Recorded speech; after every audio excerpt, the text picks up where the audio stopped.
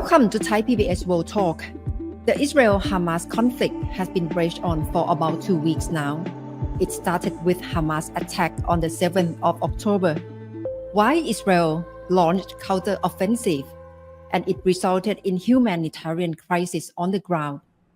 The burning questions are whether this war will spill over into other parts of the region and whether there's a path to peaceful coexistence between Israel and Palestine.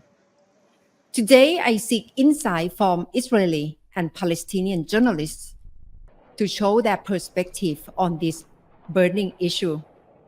I begin with asking Yousef Alhelou, a British-Palestinian journalist who joined us from London. Thank you very much, Mr. Yousef Alhelou, for joining me. What's the latest information from the ground that you have got so far in Gaza?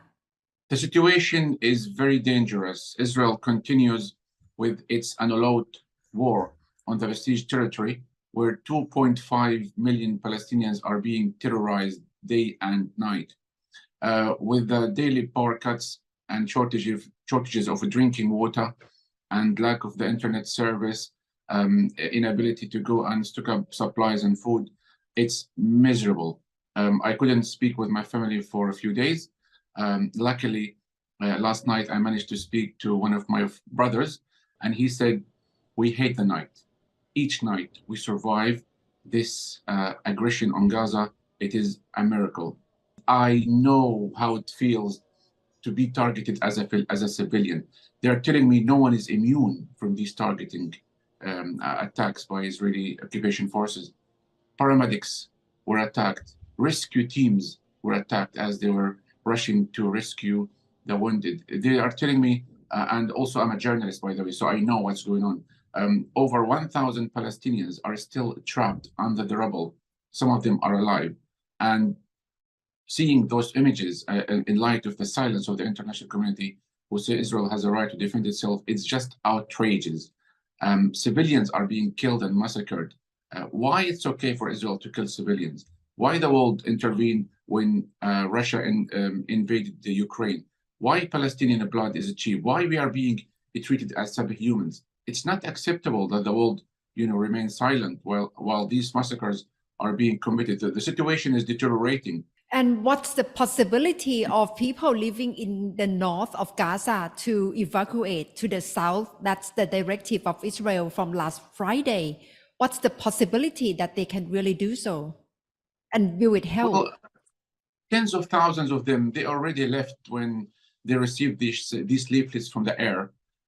But as some of them were making their own way to the south of Gaza, a civilian convoy was targeted, and over 30 Palestinian civilians were killed, including women and children, and in addition to tens others wounded. So some of them, the vast majority, they returned to their houses to the north and Gaza City, because they say, if we are being promised to be safe and evacuated already and we are targeted, no, we would rather die in our houses. There are no red lines. So Israel is deceiving the world. If you ask the Israeli officials, they will tell you that we are giving Palestinians a chance to leave. But ask those Israeli officials, do you really believe your own words? Why are you targeting civilians? They don't believe you. I mean, we never trusted the Israeli assurances. On the other hand, from Israel's point of view, they said Hamas are using children, women as human shields. What's your take? If Israel claims to be the civilized country and the only democracy in the Middle East, and it has the latest technology, it should make the battle with the fighters, not with the civilians. So when an Israeli army appeared on CNN and the anchor asked him, why you are doing this war, is it against Hamas? He said, no, this war is not only against Hamas, it's against the civilian population. So Israel is killing civilians intentionally in order to mount a pressure on the resistance, mainly Hamas, to return the hostages. So Palestinian civilians are paying a heavy price. It's not acceptable that Israel attacks civilians in flagrant violation of the international law, when they cut electricity, food, and drinking water. This is a war crime. So Israel should focus on combating the Palestinian resistance groups, not attacking civilians. What's the difference between Hamas and Palestinian people, and who should represent the fight for Palestinians? Hamas is part of the Palestinian people. They are a resistance group. Hamas wouldn't have existed if Israel doesn't occupy Palestinian land. Hamas is a reaction to 75 years of aggression, bombardment, besiegement, arresting over 5,000 Palestinian political prisoners, ethnically cleansing Palestinian villages in 1948, making the vast majority of Palestinian indigenous refugees. So when Hamas was democratically elected, the whole world boycotted Hamas, including the secular Fatah party. In your opinion, what's the workable solution between Israel and Palestine? Is two-state solution workable? I don't think so, because Israel killed the two-state solution anyway. Israel is making it very difficult for the Palestinians to establish their country in lands occupied in 1967 because it grabbed more land, it annexed more land. It is making Palestinian lives miserable. Some Palestinians were forced to flee. Israel is controlling the resources of Palestinians.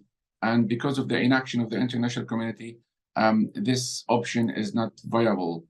Israel refuses one-state solution, two-state solution. It refuses any solution. It just wants the Palestinians to evacuate and lead and flee. Palestinians lost faith in the so-called international community. They lost faith in the so-called peace process. But they know that they will not be able to wipe Palestinians. They know that there will never be stability in the Middle East without a just solution to the Palestinian problem and allow millions of refugees to return back. Regarding the situation on the ground, how do you see the vulnerable situation of the borders between Israel and Lebanon, Israel and Syria? Do you see the situation will escalate into wider conflicts for the whole region? Well, the Lebanese authorities or the Lebanese resistance, they say that we are not willing to stay idle and see Palestinians slaughtered day and night.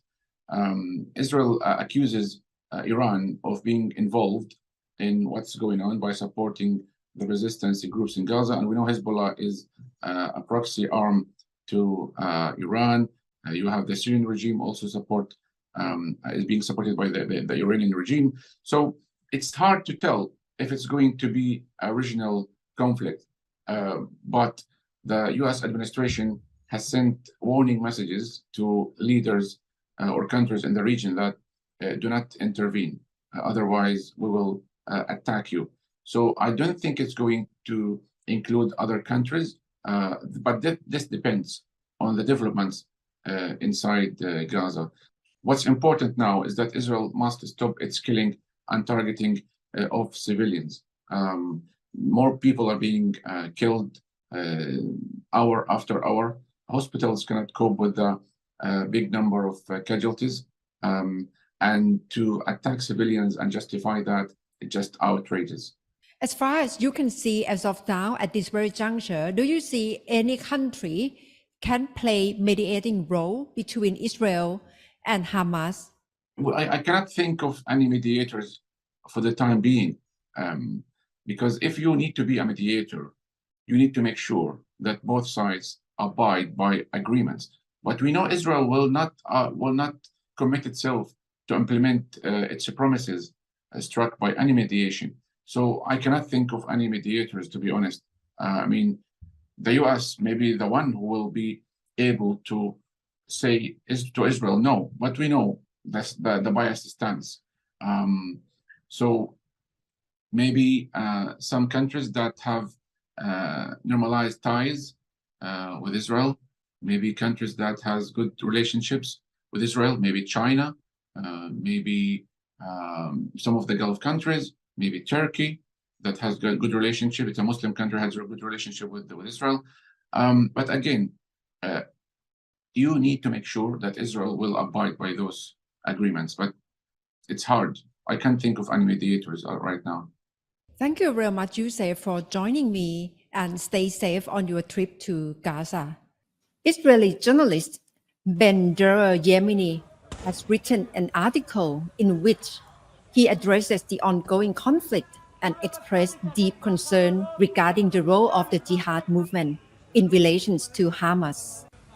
Mr. Ben Dror, thank you very much for joining me today. After about a week of Hamas attack on Israel, and we see what's the war going on right now. Can you tell me again what happened on the day that Hamas attacked on the 7th of October?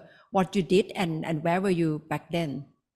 Okay, I think we all know that there is a problem between the Hamas and Israel. Now, it's not a problem between Hamas and Israel. It's a problem, actually, it's much wider. It's a problem with many chapters of the global jihad. And one of them is Hamas. Many people do not want to understand that Hamas is part of the global jihad. And many people think, okay, Hamas is against, occupation. There is not only occupation in Gaza Strip. Maybe people do not know. There is a blockade. I'm giving the background because it's highly important in order to understand what happened 8 days ago. It's highly important. Now, Israel actually supplied everything from electricity to water to the Gaza Strip, even if there was not even one soldier in the Gaza Strip. Israel evacuated it many years ago, almost 20 years ago. Now, the point is that the international community offered the Hamas once and again. I'm speaking about the EU, I'm speaking about the Quartet, I'm speaking about other institutions, foreign ministers from Europe. They offered them no more blockade, just enough with terror. You cannot continue with terror and ask us to lift the blockade. It's not going together. They decided, not Israel, to reject all the offers, which mean we prefer terror and we do not want prosperity and we do not want welfare and we do not want industry. No, we do not want all of that. Why? Because what we are. And to their own people, they say exactly what they are. And they say, our main goal is to exterminate not only Israel, not only Jews, but we are part of the global jihad. We want to conquer the world. And in my article, I put all the links, I want people to hear the voices of the leaders of the Hamas saying it, not me. At this very juncture, people all over the world would like to know what's the view or how do you see difference between Hamas and Palestinians who are fighting for their own cause as well? They are not fighting for the Palestinian cause. They are, just as an Arab writer published an article 3 days ago in France, I think it was in the Libération, a very important newspaper, and he wrote, you, the Hamas, are the enemy of the Palestinians because you are not fighting for the Palestinian cause, you are fighting for something else, which is of the global jihad, to conquer the world. Nothing to do with Palestinian demand for self-determination, which is, by the way, legitimate. And at least half of the Israelis support this kind of two states for two peoples. Unfortunately, even though if we speak about it, all the offers that were on the table in the last 2 decades were rejected by the Palestinian leadership, unfortunately. But speaking about the Hamas, it's something else. They are not fighting for the Palestinian cause. They are fighting for what? For killing more, for a genocide, as they themselves say. Now, when I say that it's not a struggle, it's not a battle of Israel and the Hamas, and I say that it's a battle of the free world and the global jihad, just bear in mind, just one thing. It's not the story of Israel and the Hamas. Wherever you have global jihad, you have death and destruction. Look at what's happening in Yemen. Look what's happening in Lebanon. Look what's happening in Syria. Look what's happening in Afghanistan. Wherever you have them. I mean, how many terror attacks we have every week? Many. About most of them, you and I do not know. You know why? Because they kill each other. The global jihad is the enemy of the Muslims. And whatever I'm saying is not against Muslims. Don't misunderstand me.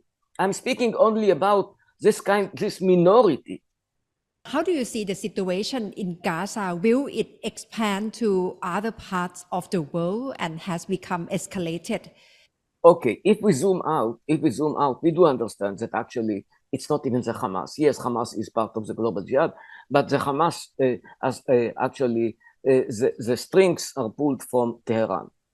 I mean, they give the orders. And why? What happened actually? Why in this timing they began with this kind of attack? Because they are afraid from the peace between Israel and Saudi Arabia. Because in the last 3-4 months, there are negotiations between Israel, the United States, and Saudi Arabia. And Saudi Arabia is going to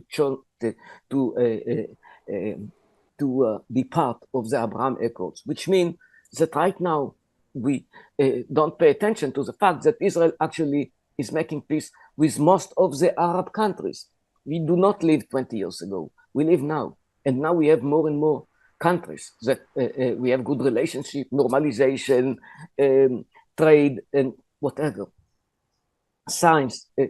Now, they do not want it. They are afraid because Saudi Arabia is the biggest Arab country and the most powerful, and they don't want it. And they want coming from Tehran. So the whole idea is, let's attack the peace process, not to make peace. Let's attack because they do not want any kind of peace. Witnessing the violence which is happening, people must be wondering whether coexistence between Israel and Palestine are still viable solution in the near future, especially on two-state solution. What's your take on this? I do hope, for many years, and even now, I have, for myself, and I'm not the only one, we have a lot of Palestinian friends. We have, and even many officials we disagree about a lot of things, but we speak. Most of them are human beings. I don't want them to suffer.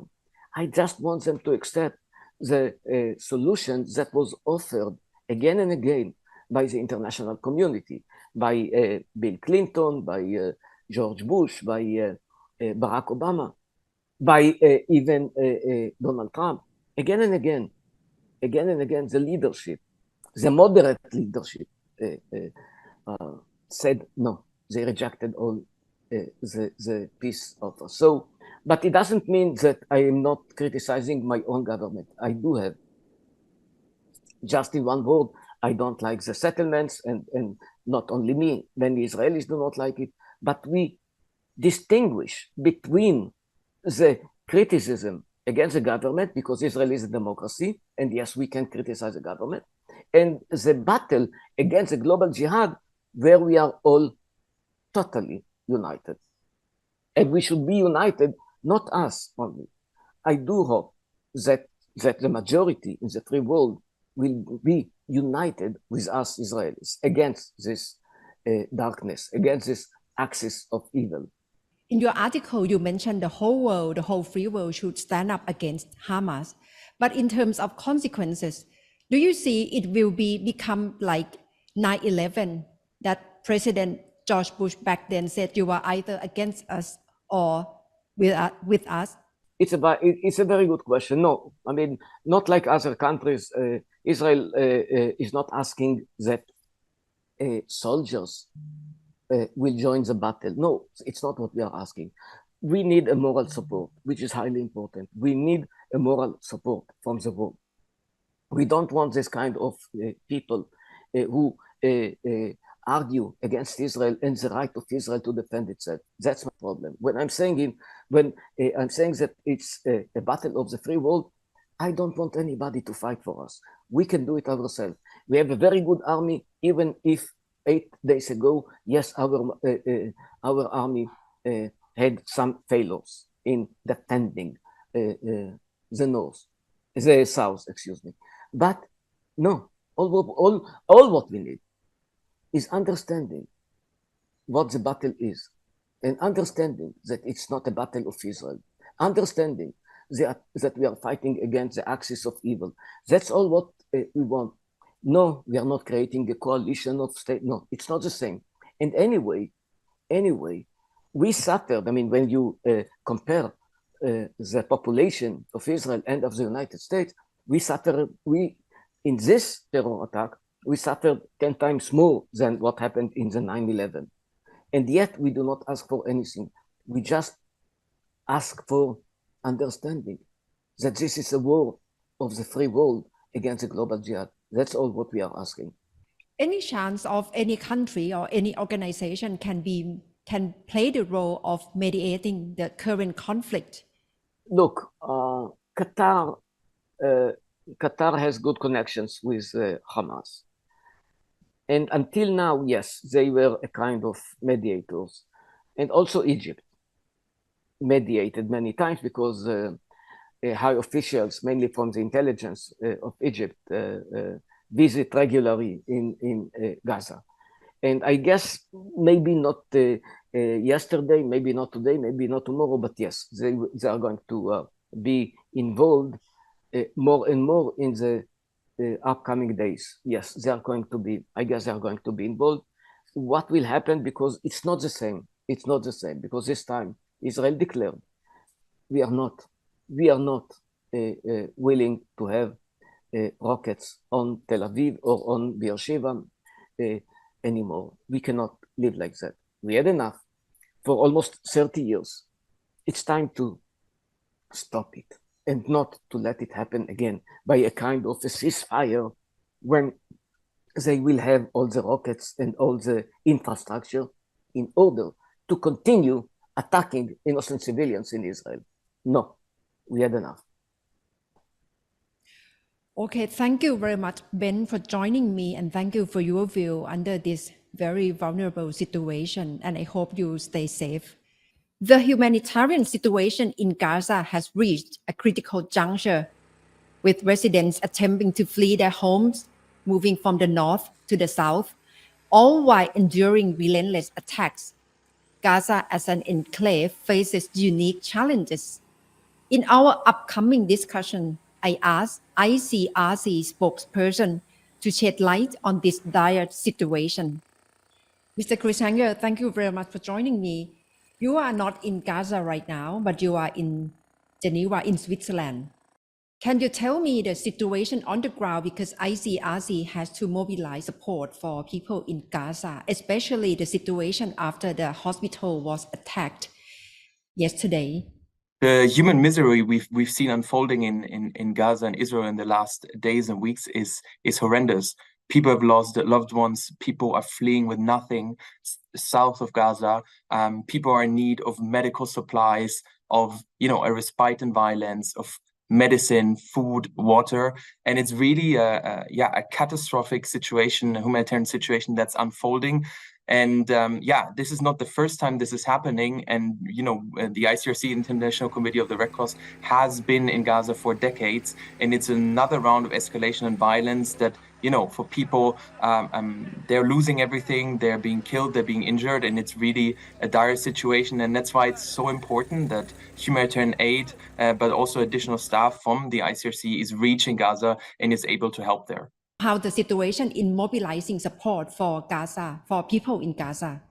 Yes, so we have over 100 people in Gaza right now, and as we speak, we're actually mobilizing additional support. So we have over 60 tons of aid that are on their way to Gaza, and this includes medical supplies. You've seen the horrible images of hospitals that have been destroyed. So people are in dire need of medical supplies, but also we've mobilized a mobile surgical team that has already been in Gaza in previous escalations, but it's now on their way to help people and to help a healthcare system really, and doctors and nurses that are struggling to cope with the influx of wounded and that are desperately needing help. So that's what we're doing right now. But of course, this is only a drop in the ocean of the massive humanitarian needs that we're seeing in Gaza right now. So hopefully more aid and more staff can enter and can be able to help. But this is something that we hope is going to happen in the next days and weeks. As far as we know, Egypt has opened the checkpoint at Rafah, will it help in terms of humanitarian situation? So we welcome, obviously, any agreement by parties that are involved in the negotiations where we are able to deliver aid. So anything that gets into Gaza that is purely of humanitarian nature and that can help people, get a temporary roof over their head, making sure that they get medical supplies. What about people that are not even able to flee, that are the elderly, the ones that are sick, the ones that are stuck in their home?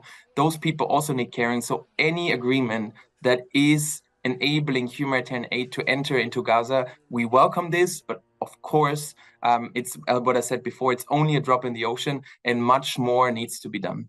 And how do you like the international community to be aware of the violence of the crisis which is happening in Gaza?